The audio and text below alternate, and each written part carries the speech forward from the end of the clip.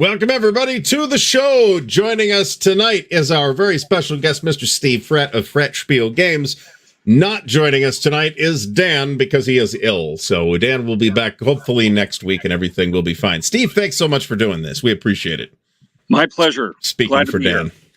Yeah, so we're going to talk about, I had a decent length conversation with Steve at Origins this past summer, and we kind of talked about doing this, and this is the time slot that we found. So I figure we would take this rare opportunity to put on a show about miniatures games. So Steve, what draws you to miniatures specifically, as opposed to other kinds of games?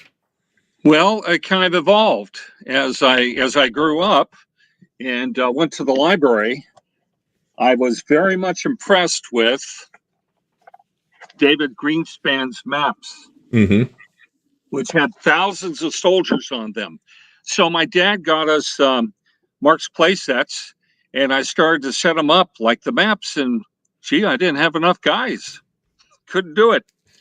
So, we tried, and then Dad brought back from New York, he brought back Joseph Morchauser's book.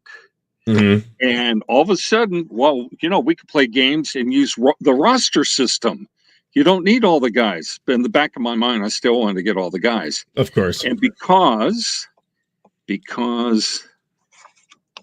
they had Avalon Hill mentioned in here, but one of the guys that was mentioned, I'll just say it, Jack Scrooby.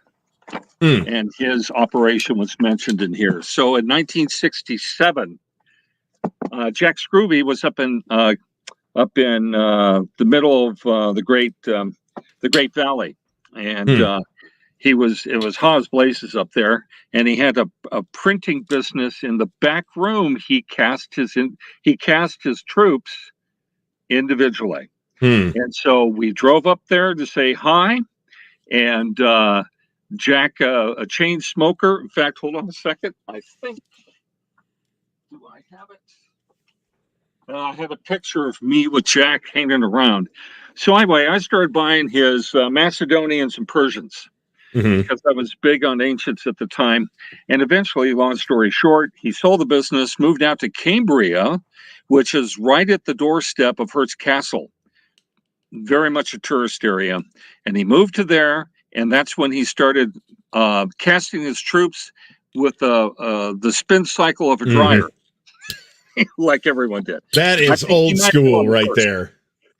And so he showed me, he was kind of enthusiastic to a young junior high kid back then, high school kid. And I spent the night and played a game with them. And I commanded a Napoleonic game. I commanded the light cavalry on the left flank. And boy, was I excited when Jack came up to me and said, "Now, Steve, I want you to charge forward and kick their ass." Wow! I was given orders, and I failed. We were thrown back, but what a great memory! And to have someone of that stature to take an interest in every single person that came in their store. So I was into miniatures in high school and junior high, and I started going down that road. But of course, I had the board games too. And, I showed you I got about, 8 feet tall and 2 rows of Avalon Hill games. It's a very respectable library from what I can see. That's what we played. My friends and I, my junior high friends would come over and we would play the Avalon Hill games. My best friend was Japanese. He was born in Japan, came over to the United States. Interesting stories about him, but he always wanted to play Midway. Of course, I must have played Midway with him 80 times. And the other one was Jutland. It was ships. So we didn't play the search procedures. We just brought out lines of ships and pounded each other. So, but you see, those games right there visually lend themselves to miniatures. So Makes even a lot though of sense. playing with counters, I saw miniatures there. So when I got to college, I had an appointment to West Point, but I got mononucleosis. I couldn't go. I thought maybe I was called to be a preacher. So I went up to Westmont College, Christian College in Santa Barbara, and I spent 4 years doing the history major there. And since I was interested in Napoleonics, I ended up doing a 11 credit honors project junior and senior year. 200-page honors project on the Waterloo campaign. I thought it'd take a week to write it. I wrote 50 pages in a week, and somehow in the last month of school, I finished the thing.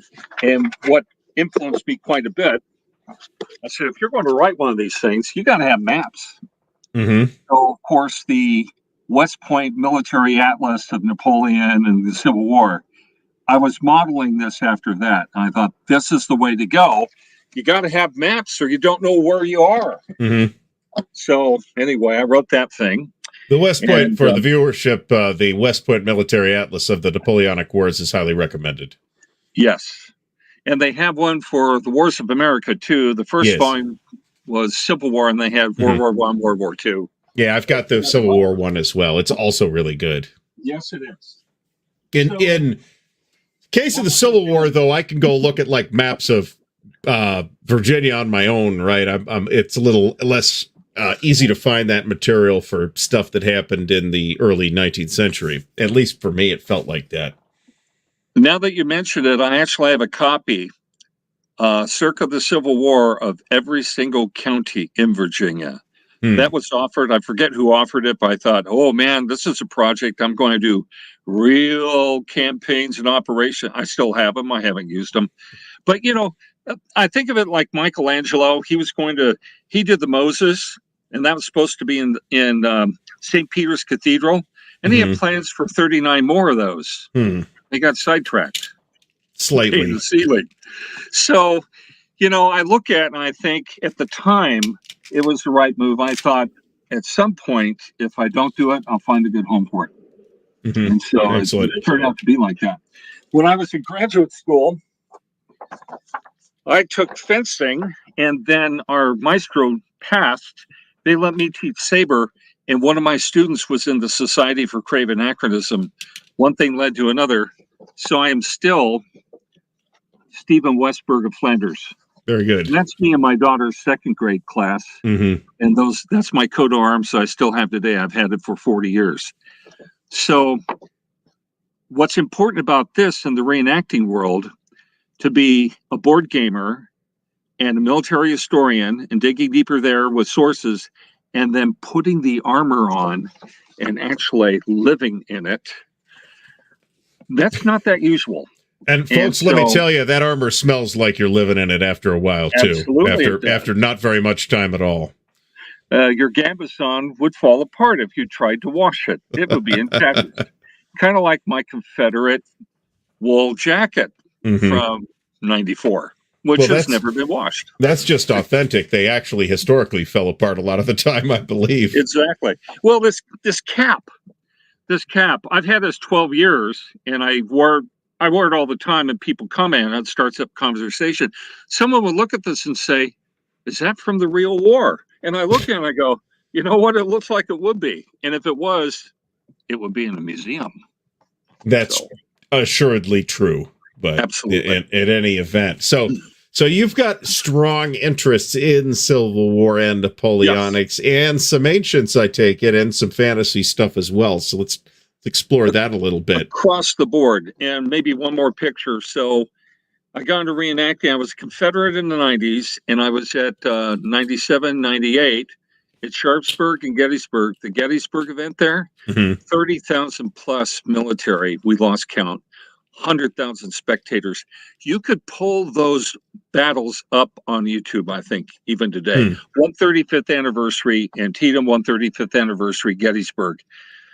And I was a Reb then. I was in Pickett's Charge. We had 12,000 men in Pickett's Charge. In 2000, I went Union to the relief of my wife. And I ended up, make a long story short, by 2011, I was commanding colonel of 1st Brigade Illinois Volunteers and command of the Army, the Federal Army. And one of the reasons I was able to do that is I was one of the few that knew how infantry, cavalry, artillery interacted with each other. Well, where do you think I learned that? I wonder. Ta-da! How And about that? well, there are drill books and all of that, but I cut my teeth on the battle games. Hmm. Gettysburg, Waterloo, but then you go deeper. My Waterloo campaign, magnum opus, and it's all just part of one. It's part of one military history life where you just keep adding to it. And so the thing I get most out of creating a game or writing rules is that I'm still learning things. That's the big draw for me now. Hmm. When I take on a project, I learn all kinds of stuff. It's humbling, and it allows me to continue teaching because there's always something new, a new angle to it. So for Civil War and Napoleonics, um, let's say for the Civil War, what the biggest things I've learned, one weekend up at Lake Villa here, north of Chicago, I served Molly, a 12-pound Napoleon bronze gun that was used in the Civil War. Hmm. Wasn't that a kick in the head? And I was number 2. I did the worm, and I did number 4. I got to fire 12 rounds out of her, and we only had a half pound of cannon powder, and she rolled back about a yard every time we fired that. Hmm. And when the gun goes off in a bronze gun, you hear a distinct ring to it. Hmm. Ring! Well, like a bell. It's bronze. Makes sense, right? So that's kind of neat. Well, what I gained from that weekend was we were enveloped with smoke the whole weekend. I didn't know what else was going on around me. And I walked away thinking a couple of important things for the gaming world. First of all, artillery morale will be high and it will stay high because they're so busy trying to keep the gun from blowing up on them or having an accident. They're oblivious to everything else around them. Mm. Their section commanders have binoculars and they're looking at the larger picture, but the gunners are so focused on the dangerous operation, unlike a musket, you know. And even to this day, I'm in an artillery unit. We do 1812 Overture, where we're almost hub to hub. Hmm. And I pride myself on the fact that I found a great unit that's well drilled and we are very safe. So when that comes to the miniature world, there are implications about treating artillery differently than what we do in a board game, Mm. where morale is morale is morale. And I started to realize the universe of artillery needs to be treated for what it is. Another thing about artillery that I learned, we did some live fire. In fact, one of the live fire situations, we were firing round shot out of our cannons.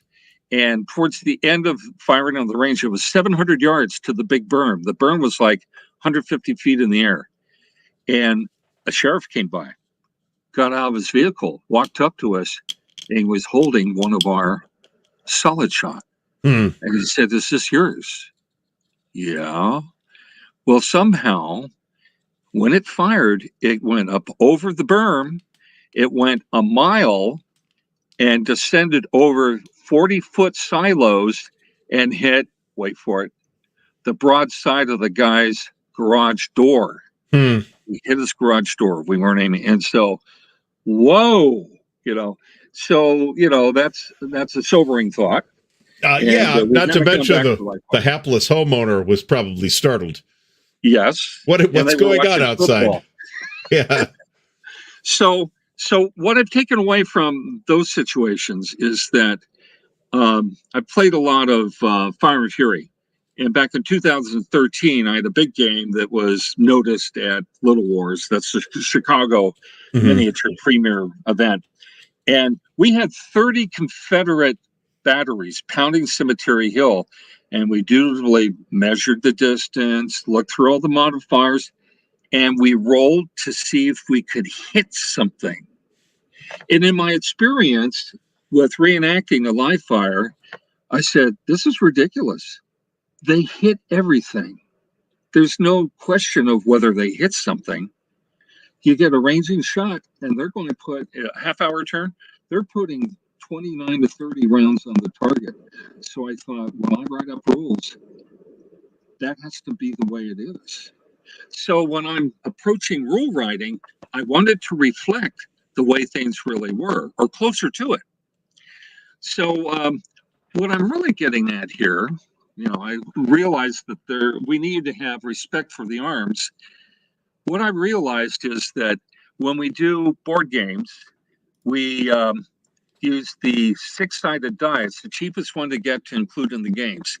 And so what we do is infantry, cavalry, artillery, we use a six-sided die, and then we use mountains of charts. Yay, I exaggerate, but I'm trying to make a very important point. Mm-hmm. We got all these charts and we think, oh, wow, the more charts, the more modifiers, the more historically accurate it is. And so we dutifully go through that. But a weird thing happens as we do that, as we're trying to look at the charts. As soon as we mess with the charts, our eyes come off of the battlefield where we're playing the battle. And there's this disconnected reality from the battle we're playing and the abstract thing of getting the historical accuracy. That bothered me to no end. And so I thought, how do we get around that? And so what I decided to do, I was going to break the single die roll resolution of our combats, infantry, cavalry, artillery. I was going to break it and deconstruct it, so that I wanted to go through in my mind what are the things that are happening in their order, and then roll a die for each one of those things to see what the result is. Now, some would complain, well, there's a lot of die rolling there. Well, if your die rolling is this kind of abstract, useless, why am I rolling dice sort of thing, yeah, that's a lot. But I wanted to create a game where every die you rolled helped you visualize what was actually happening on the battlefield. Tall order, yeah, I admit it. So I've been working on this for maybe 8 years. And I did, in 2016, I did my first edition of my Napoleonic rules. And then I went back to Civil War and published those with On Military Matters last December. And they're 172 pages. And in it, I explain the 3 different arms and how they really acted on the battlefield, their drill, their movement. Here's one for you. Cavalry. I turned to my cavalry chief and I said, Molly, what is the normal gait of cavalry on the battlefield? She looked at me and she said, at the walk, sir. Whoa, at the walk? And when you start to think about it, they only would charge in when they went on the attack. But they were moving from point A to B. They weren't galloping from point A to B. And we all know why. The horses would tucker out. Mm-hmm. So they're not on motorcycles. They're on living beings. And the psychology of the horses needs to be respected too. So that started me thinking about what I needed to do to handle cavalry correctly. So what I'm trying to say is the reenacting experiences caused me to start looking deeper and gave me something to hang my thoughts on. And tangible. Mm-hmm. And it's not like, well, if you're under fire, I haven't served, I haven't been under fire. That's a whole different reality. But the reenacting world, Civil War, even World War II, gives, if you're a military historian, it gives you something more than what you have for just reading a book or digging into the documents. Mm-hmm. So is this making sense? I think so. I feel the same way about games. I've never done any World War II or Civil War or really, indeed, any kind of reenactment per se, but I did spend a few years in the SCA. So I've gotten to experience that. It's occasionally on very large scales where we've got a couple of thousand people out there in on a Pennsylvania cornfield or wheat field or whatever it is, right? So, and it is illuminating in that respect, right? You're going to get a sense of things, of the dynamic on that battlefield that it's very difficult for an author to convey, unless that is what they're trying to do. And a lot of military history books don't do that, right? They're trying to give you the epic sweep of the whole battle or the whole campaign or the whole war, and not necessarily what is it like to stand there in the shield wall. Yes. Right? the psychology of it. I mean, military historians, they're using documents, okay, and reports and things like that. So what they're doing, and they often do it really well, is movement of units from here to there. But we need that kind of what's going on within the unit. So this gets me back, going back a few years, when I was working on my dissertation on Scottish theologians of the 18th century in Pasadena at the Huntington Library. During lunch, I had to get out of the reading room. I went down to the general collection, and I was fortunate that I pulled a book off the shelves about I think it's the 26 Massachusetts and their experience with one captain. And as I read through there, this guy was talking about equalizing companies under fire during the Battle of First Bull Run. What? It's not hardtack and coffee, we marched here, all the kind of the rank and file thing. And I found a book that this is what I've been looking for. He has a different experience as an officer. So if I could back up a little bit more, in the 70s, see, I'm a storyteller. In the 70s, out in The Last Grenadier, Norm Flam brought George Jeffrey out to talk to us. And George Jeffrey here, he came up with a thing called variable length bound. It's Kriegspiel, where you talk to each other and the troops are coming forward and then you time how long it takes to react to it. Well, the guys at The Last Grenadier, we were all playing Empire, Scotty Bowden's rules. And every turn was 20 minutes. Well, the guys at The Last Grenadier, they were playing quarter turns. Every turn was 5 minutes. And looking back on it, I think I know why. Here they painted these beautiful miniatures, and they enjoyed sitting there looking at them while they were playing with them. I get it. I understand. Okay. Now I have 12,000 Civil War 6mm and maybe 18,000 Napoleon 6mm, and they're very well painted. But, because they're not that kind of paint job, I can treat them as masses of soldiers in battle, which is maybe a more appropriate thing to do. So anyway, I was impressed and I asked him, man, I want to correspond with you. He says, man, I'm too busy, but here, contact this guy. And the name he gave me was Patty Griffith.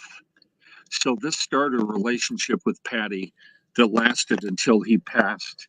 And I ended up being involved with this book, infamous as it was at the time.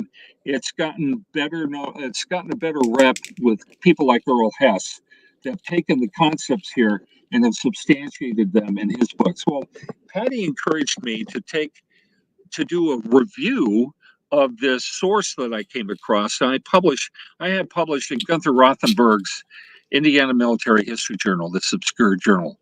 Boom. That was my first academic publication, actually, in the late 80s, or actually the mid 80s, while I was still in graduate school.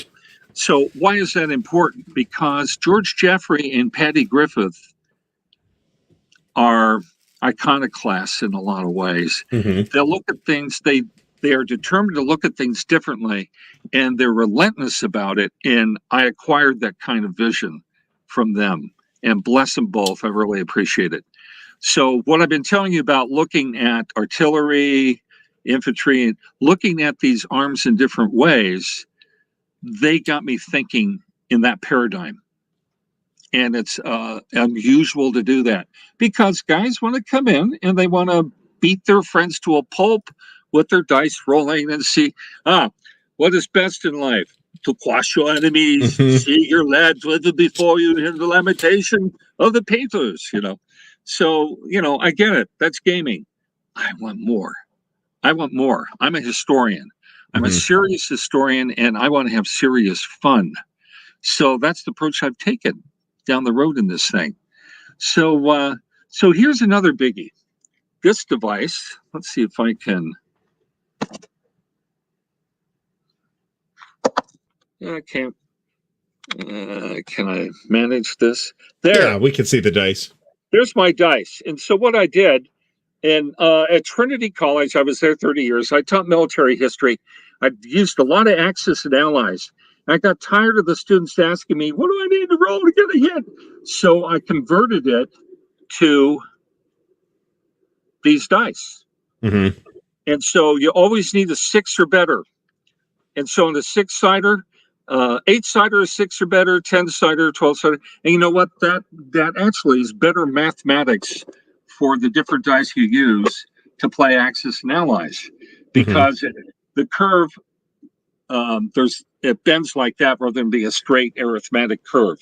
Okay, so I got a truckload of these dice, began using it for Axis and Allies, and it really worked. And I go home and I could go to sleep rather than being, I'm crazy after 6 to 9 on Monday nights. So I looked at all these dice and I thought, I could do something with these. That yellow die, those are raw troops. The green die, experienced.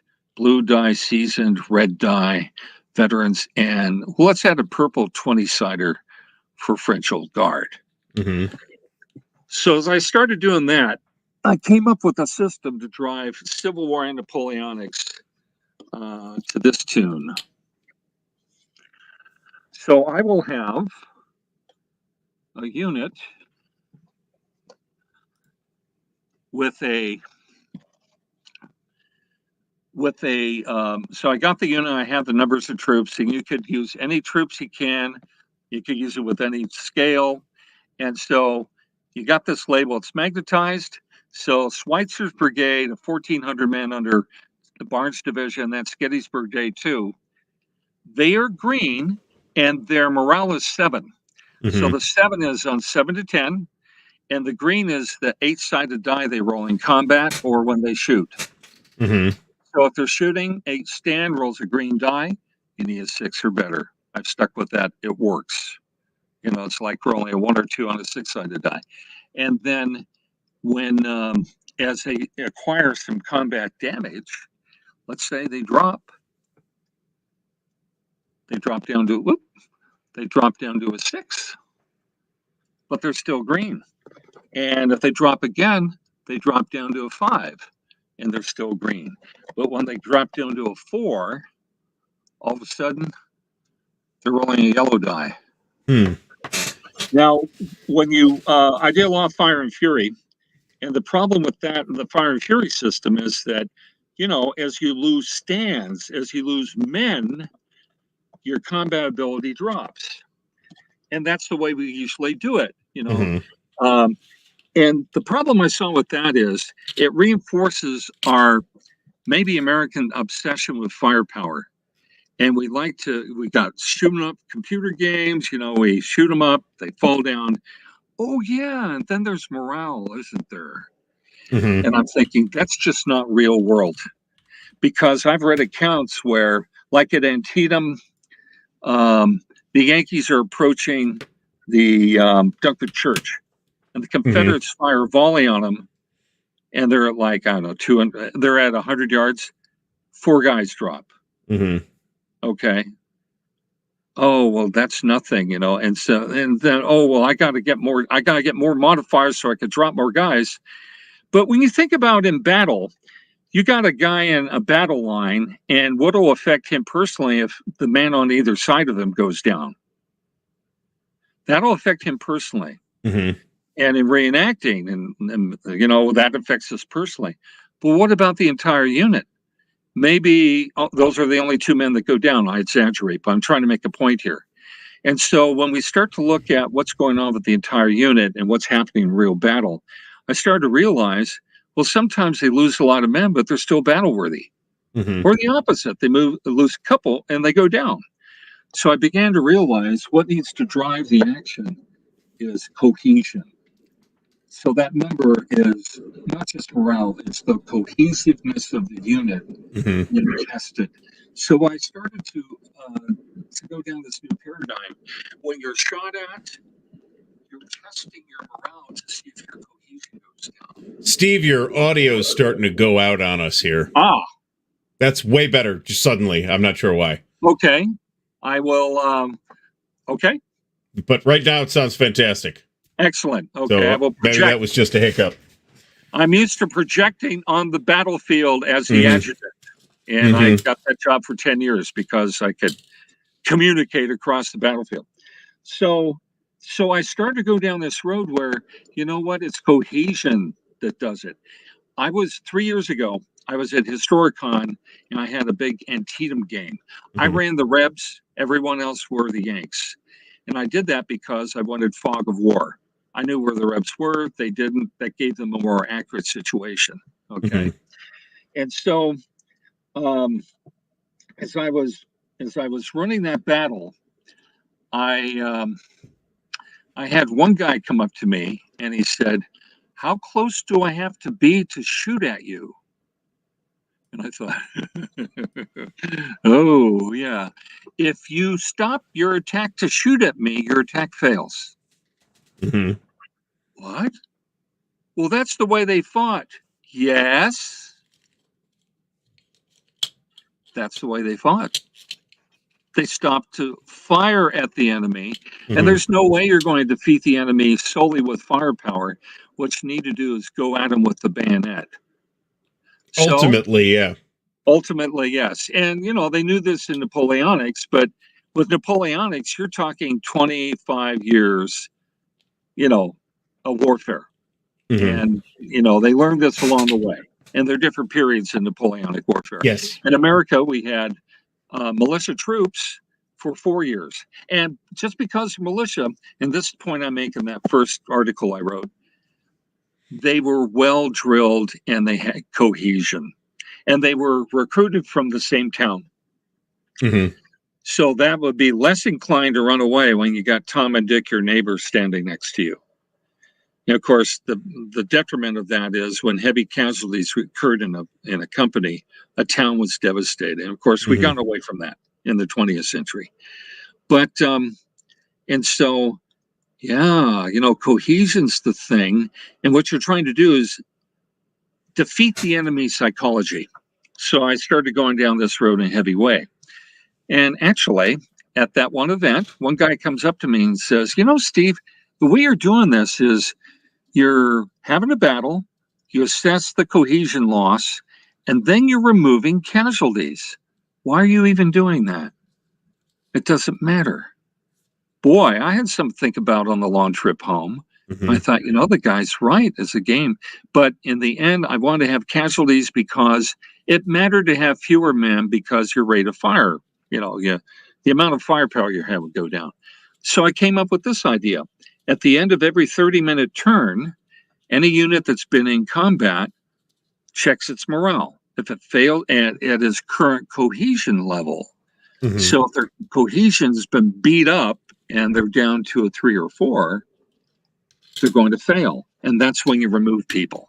So at the end of a half-hour turn, you take assessment in, is everyone with the unit? And then when you think about what's really going on in the battlefield, commanders of regiments did not know how many men they had, except on the 10th, 20th, and 30th of the month. That's when they took roll call and sent the reports up the ladder to the adjutants. I was an adjutant for 10 years. That's where I learned that a little bit. So when you see the Gettysburg movie and Jeff Daniels says, "How many men do we have in the unit?" Well, it's July 2nd, and they took that roll on June 30th. So that was the numbers from a couple days before, not the head count every morning. Okay. Right. So a commander then, does he add up the number of men he has to see whether the battle fit? No. It's coup d'oeil, stroke of an eye. You look at your men and you say, are these guys, could they go in or not? Can they hold this hill? Can I help do something to make them stay here? And now we're talking about the psychology of it. So what I've stumbled onto is to focus on cohesion and psychology effect and impacts. And then at the end of the turn, we see whether men are still with the unit. And I think that's more historically accurate to the actual experience of commanders on the battlefield. What do you think of that one? I mean, that to me makes a lot of sense. In addition, I feel like you've got some novel. Now, I'm not a miniatures gaming expert by any means. I've played once or twice. I've played historical miniatures games and kind of a lot of 40K for a while. Oh yeah. And some fantasy and that type of stuff, some War Machine, since getting out of it. What piqued my interest when we talked at Origins was that I felt like you had some pretty novel and elegant mechanisms for handling all these different factors, right? I mean, every designer is going to pick the things that designer wants to portray about whatever it is that they're trying to model, right? And I feel like you've reached some fresh and novel feeling mechanics. And again, I'm saying this is somebody with no experience or immersion in miniatures. Well, you're consistent. Your comment is consistent with my experience with the playtesters I've had at conventions. For instance, now it might sound like I'm tooting my own horn, but you put yourself in my place, and these are what people are telling me. So, anecdotal comments. 2 years ago at Historicon, my last battle Saturday night was Gettysburg Day 2. I was starting to pick up, and this guy just stood there. And I said, "Are you okay?" He said, yeah, wait a minute. I got it. This is War College level. Oh, I like that. It meant that this would be useful as a tool to learn about battle in the Civil War at the War College. Man, that's what I'm striving for. And then this last, at Historicon this last year, I had a lot of different, oh, gosh. I ran the 2 games I was running at Origins. I took to Historicon, and my other game master wasn't there. So the Hex game, I started at 9 a.m., and the non-Hex game, this is the Battle of Austerlitz. I mean, 3,000 figures on one table, the Wolf on Flats, and then about 8,000 of my 6mm heroics and Ross guys, which I got pictures of this from Origins, folks. It's big. 50 years ago, I painted those guys. Okay, 50 years ago. So at Historicon, I thought, what am I going to do? And I thought, it'll work. I'll figure it out. So at 9 a.m., I started the Hex game, Assault on the Protestant Heights, and I stepped back a little after an hour, and I turned my attention to the other table, the non-Hex table, worked with them, and lo and behold, and to my delight, I stepped back, and what I did the next 3 games, I managed 11 games in 3 days. And I stepped back and watched them play my rules. Whoa. Talk about a confirmation of the road I've gone down, and the fact that it's intuitive, it's tactile, it's visual, it's memorable. They're not using a lot of charts, but what it says to me is they're seeing battle, and they're there on the battlefield. They're seeing the battle actually play. And I mean, to me, that's part of the essential learning experience of playing historical games, right? I mean, you could read a book or watch a movie and get an idea of what happened, but are you going to understand the dynamics of that situation? Games can show, or reenacting, but games can show you that where it's, I won't say you can't get it from books or movies, but it's more difficult, right? You get a piece of it. You get a piece of it, but there are more pieces of the puzzle that are out there. And I think I've stumbled over a few and have picked them up and put them into the puzzle in a way that's understandable. Would it be useful for me to take you through a close action, Civil War close action? Would that be useful? Sure. Okay. Now I could do it like this, or maybe I could turn around and use some figures. It might be simpler to just tell you how it works. So yeah, let's do it that way. Okay. So what happens is, well, when you, part of the things that stand out, the highlights of a turn is you first give your artillery missions a half hour of fire on a certain target. So they're firing counter battery or opportunity fire. If something comes in their way, they get to shoot at, and they can shoot at everything that comes in their field of fire. So you set that. Then the next thing you do is if you've had staff out, in fact, you know what? I could illustrate it easily this way. This is the staff for my Waterloo 2000 or 210 mega game I'm going to do at Adepticon, Little Wars, and Historicon using these Wolf and Flats. So what I have here is I have a commander, and then their staff. Mm-hmm. And so the staff officers are important. Along the way, I'll describe how they go. So if you have staff officers out with your units, you could call them back, but it takes a turn to recycle them back. You don't get them. You say, let's call these back. It takes a half hour for them to come back. And so the next phase is, if you want to rally units, you send staff officers out to rally units. And if you have a unit that's suffering down in the yellow, you send one staff officer, they will rally up one color to the top number. So in this case, he'd rally up to 7.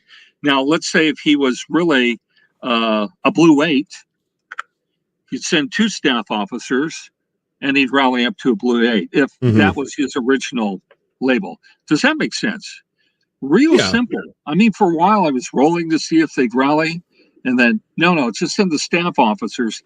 And the price you pay is those staff officers are not available for other duties that are important along the way. And you use them early in the procedure of the turn. Now they're not ready to help with combat. So that's a commander. And what that represents, it's abstracted. Those aren't actual men, maybe they are. But it means that your leader then is deciding to draw their attention for part of the half hour in getting these units reorganized. They can't go into the fray. But then later on, when the combat happens, your leader, if they got staff still, can use the staff to help push the attack. So it all depends. You could rally all these guys and not have any staff left, so we can't do the other duty at the end of the turn. Is this making sense? Yeah, I think so. Okay. Now that you've explained it, because I was going to have questions, but you just answered them. Okay. And you see what I'm doing right now? I'm teaching you the game. And with this, those are concepts that are easily embraced and reinforced. And after a couple turns, it kind of becomes old hat. I have charts, but after you learn the game, you don't need those charts anymore because you know the routine. So the next thing that happens is you move. And the way movement works is we've diced to see who has the better authority as a leader. So if Longstreet rolls a red die and Sickles rolls a green die, you roll them together, and whoever beats them gets to decide what flank you're operating from for movement and combat. So you got a series of units, and let's say I'm going to start from this flank over. Of course, everything's backwards from what it is, of course. So I'm going to start here. So you go to this unit and you say, what's this unit doing? Why? And guys will say, I want him to move forward. Well, what do you mean? Well, I want to move him towards the enemy. Do you want him to attack the enemy? Yeah. Do it. Well, gee, they're 24 inches away. That's 1,200 yards. They can reach there. What? In a 30-minute turn. 6 inches by 6 inches by 6 inches forever? No, when you think of it, and reenacting comes into this, you actually move at 2 miles an hour. So in a half hour, you could go a mile, which in my game is 36 inches. On a 6-foot table, you're halfway across the table in a half hour. Well, that's the way it is, So I have some, usually it's 24 inches because there's always friction built in. So what I do is I have the guys put a 3-inch arrow at the unit they're attacking. And if they got 24 inches to go to the base of that arrow, they're going in. Hold on a second. So they're going in. And 1 inch is 50 yards. So they got one of these arrows and they could put the point on the enemy unit. They bring the unit up to here. They're going in. And what this represents is the last 2-3 minutes at the end of the turn when combat happens. So you bring it up to here and the unit you're attacking is frozen. They can't do anything. Well, that's not fair. Well, then, you should have rolled better with your leaders so that you could start at the other end. And maybe have that work. So this is an abstract, but the thing works for it's like who has the initiative in football or basketball. And we all know how that flips and flops along the way. So this is a device to do that. So you move across the board, and what I've found is the players are engaged all the way across the board with what starts here. Everyone's watching what's happening along the way. Mm-hmm. And then with units in the rear rank, there's a special way to deal with them. But this also encourages commanders to have reserves in a second line. For if things go badly in the front, you got a second line. And that second line can even support an attack. And if it fails, it could take over. Okay. Mm-hmm. Finer points. And so we do the movement, then we do artillery, and the artillery does it. And the artillery, the way it works, yellow is a howitzer. And this is for Napoleonics at 700 yards. And then green is for 6-pounders. Okay. Blue is for 9-pounders Napoleon or rifled guns. And then you have red for the 12-pound Napoleon. So, so when you reach out, you're not, the only time you're using these numbers here is when you're doing counter battery. If they're at here, I roll a red die against the other battery. If I roll a 12-sider, I need 5 or above to get a hit. Then the hit causes them to test their morale to see what happens. So for infantry and the others, the 3 dots mean the enemy tests their morale 3 times, 2 times at effective range, and at long range 1. And so for Napoleonics, well, in the Civil War, the favorite ammunition was case shot. And General Humphrey said, along the Emmetsburg Road, he said, well, it makes a lot of noise, but there's not a lot of material effect.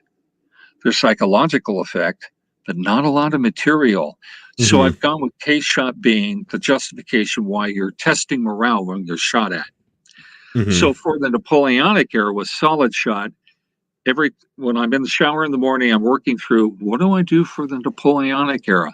I will have that figured out by next July. It'll be in the rules. But the nuances of that, but do it in a simple, elegant way, where as a person plays it, they go, this makes sense. And by the way, if you write rules like that, you're going to cut the legs out from under the rules lawyers before they have a chance to mount an assault. Always a good idea. Papa. So then you do that, and then you test for any, what do you call it? Musket fire from before. What do I call it? I'm 70, so we're starting to have senior moments. Firefights. If you have a firefight, and I've been in some firefights where you see the enemy's 15 feet in front of you and you can't see them because of the smoke and all that. So your rate of fire goes down and your casualties goes down. And so we have extended firefights and your cohesion automatically goes down. We see if fire causes it to go down, but for sure it's going down just to be in the firefight. It's indecisive. You don't want to be stuck in a firefight. So we resolve the fights. You know, if you reach 0, you're out and you're gone. So here's the piece de resistance. Okay. The attack where we had this unit going in against the enemy. First thing you got to do, the assaulting unit needs to check its morale to see if it's going in. If it's not going in, it waddles up to within 1 inch, and you got a firefight that lasts to the next half-hour turn. Now, you could sometimes it's to your advantage to do that, but if you want, you could take a staff officer and send them to that unit and retest your morale. If you fail, if this is a crucial tactical fight, you could send another staff officer. And if that fails, you could send another one. Till you're out. It just represents the attention of your commander onto that fight. So the staff officers are more or less work like command points might. Yes, you could do it that way. But this is a real figure. Yes. Okay. Are you a command point? No, you're a human being. No, I'm just kidding. But maybe I'm not. Because it's a human activity. So it does represent some humans, not a command point, which gets abstract. It's tangible because I got these guys gathered around a leader, and that's what you see in a real battle. Mm-hmm. And Napoleon had how many aides-de-camps that had the rank of major general, which Mm-hmm. is an interesting thought, how to nuance that for Napoleonites. But you see, the point here is usually I say for every subunit, division commander gets one staff for every brigade. Mm-hmm. So Anderson, Gettysburg Day 2, had 5 brigades. And then I read that during the battle, he sent out orders on second day, we Mm-hmm. supported the attack of Hood and McLaws. He went to the rear and took a nap under a tree. How about that? So I lowered him from a 5 down to a 2. So see, anyone coming across stuff like that can make these nuances, and they get it by digging into the history. Mm-hmm. I don't know Mm-hmm. all the events, but I'm trying to give people, game masters, a tool that they could use and tweak according to what they find out. So anyway, Mm-hmm. let's say we have this attack going in. So then the defenders need to test the morale to see whether they're firing a full volley or a half volley. Mm-hmm. We determine that. They fire for every stand or, increment, 100 men, 200 men, whatever it is for the day.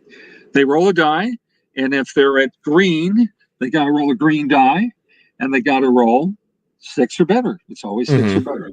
And maybe for terrain, we'll make it harder. They got to roll a 7 or better if it's into the woods. But you see, that's really nuanced. You got it on a chart, but then, I remember that. I don't need. That's easy to remember. Yes. Right. Yeah. So it's easy to remember. Okay. And looks like I'm running low on juice. We've got about 8 more minutes. Okay. Well, so let me ask. I got 33 minutes. Well, let me finish up. Let me get to the last point here. Very good. So we decide then that's the preliminaries. Then what we do is, so the attackers, they test the morale due to fire, and if they lose the morale, they drop cohesion, which means they might drop down to a lesser color die. Mm-hmm. And now here's the final thing. We roll the dice. There's some modifiers. If you roll 2 to 1 or better against your opponent, you've defeated them. They have to retreat 8 inches. You take the position, and they lose 2 more increments of cohesion. Mm-hmm. And if the attackers are, hurting, they retreat. It could go either way. And if you roll 1 to 1, if the attacker just lets it happen, you have a firefight.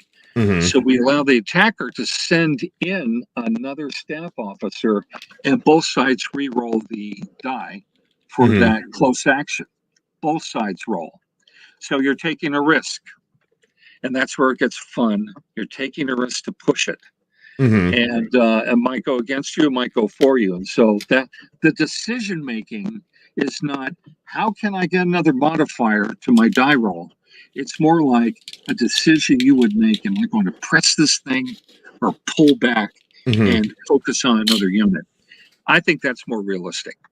And it feels like this is one of the strengths of miniatures gaming, in that it is, in a sense, just like you kind of pointed out a minute ago, it kind of personalizes a mechanic, right? We can just as soon say, okay, I'm going to spend a command point to reroll this die for the 3rd division or whatever. But you've got the physical representations of the units there, the miniatures, rather than just a piece of cardboard. Yeah. And that feels different. To say that I'm going to send, some runners down to help steady this particular formation that seems like they're faltering, right? Yes. That is more like what a commander would have decided on the spot than a gamer necessarily sitting behind a table saying, well, I'm going to spend a command point, right? Let me give the example of horse artillery when you're attacking a square with cavalry. Mm-hmm. So when the cavalry moves forward to freeze an enemy unit, they are 8 inches away. That's a quarter mile away, because it takes a minute and a half to charge that distance. So the infantry has to decide whether they're going to the square or not before they arrive in a minute and a half. So now, since I got this 8-inch distance, horse artillery is able to move, unlimber, and fire close you don't have to say, well, how do we handle? Usually people move their troops right up against the enemy and you lose your line of sight. But in my game, you still have your line of sight. And so the horse artillery fires away at the square, and then you attack the square by squadrons. And I haven't time to get into that, but that'll be in the Napoleonic rules. So let's actually talk about that. So at the moment, the set of rules that you have commercially available is Small Deadly Space for American Civil War, correct? Yes, on Military Matters. Yeah, and I've thrown the link into the chat. I'll do it again right now, a couple of times to the store page over it on Military Matters. Excellent. And then you're working on Napoleonics and will be ready to debut it. Sounds like pretty soon. Well, we're hoping that they'll be published by Historicon next July. Now, if I could get it done sooner, I will.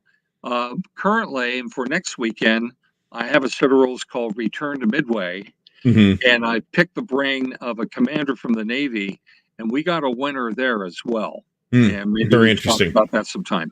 And lots of people love that battle too. Well, what we did when I was president of HMGS Midwest Chicago 7 years ago, we went over to the Great Lakes and did Midway against the Surface Warfare Command Staff of the U.S. Navy. And we fought to a draw. And I came out of that thinking, I want to do that better next time.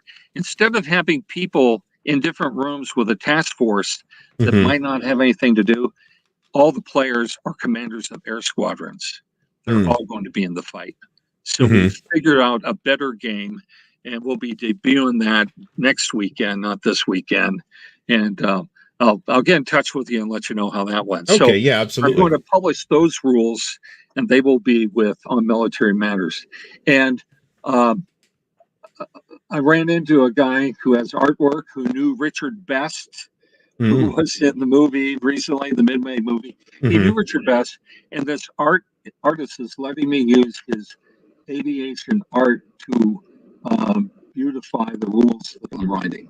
Very nice. So Very the nice. cover has Richard Best Dauntless on the cover. Man, generosity throughout our hobby. It's amazing. Yeah, that's one of the things that I think you're getting a little bit of feedback from my volume on your side, by the way. So maybe turn your volume down just a hair. Will do. Yeah. So yeah, I mean, I think that's one of the things that I've talked about in the past is just the amazing generosity of folks in the hobby at both the, just the fan and professional levels, right? People that are game designers, selflessly giving of their time and stuff.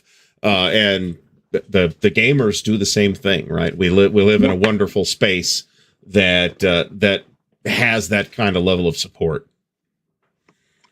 Indeed. So I think people coming from, let's say they're doing Napoleonics from the board game. And, it's always, 3-to-1 odds. I get extra modifiers. Right. Well, in my game, you have to actually have your battle proceed as it should to get that advantage. It's not an abstract add 3-to-1 shift the CRT. Right. You're actually seeing the battle fought before you visually. So there's a lot to learn about real fighting by using miniatures. And if you want your 3-to-1 odds attack, you got to maneuver to actually get it. Yes, as opposed to just stacking the counters in the hex. So I can see the appeal. Yeah. I could see the appeal in that just from a simulation standpoint too. Although combat resolution's a lot quicker by having a stack using CRT and rolling a die with a couple modifiers. Yeah, and maybe potentially. that works for the Russian front.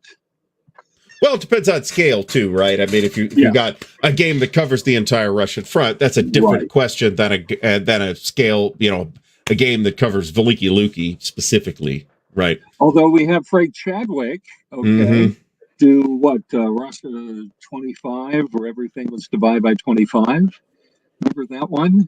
I'm not sure I do. The Russian front game, and it was like all the armor there was like a reinforced panzer division, and each hex represented 200 miles, but it was like maybe 800 yards.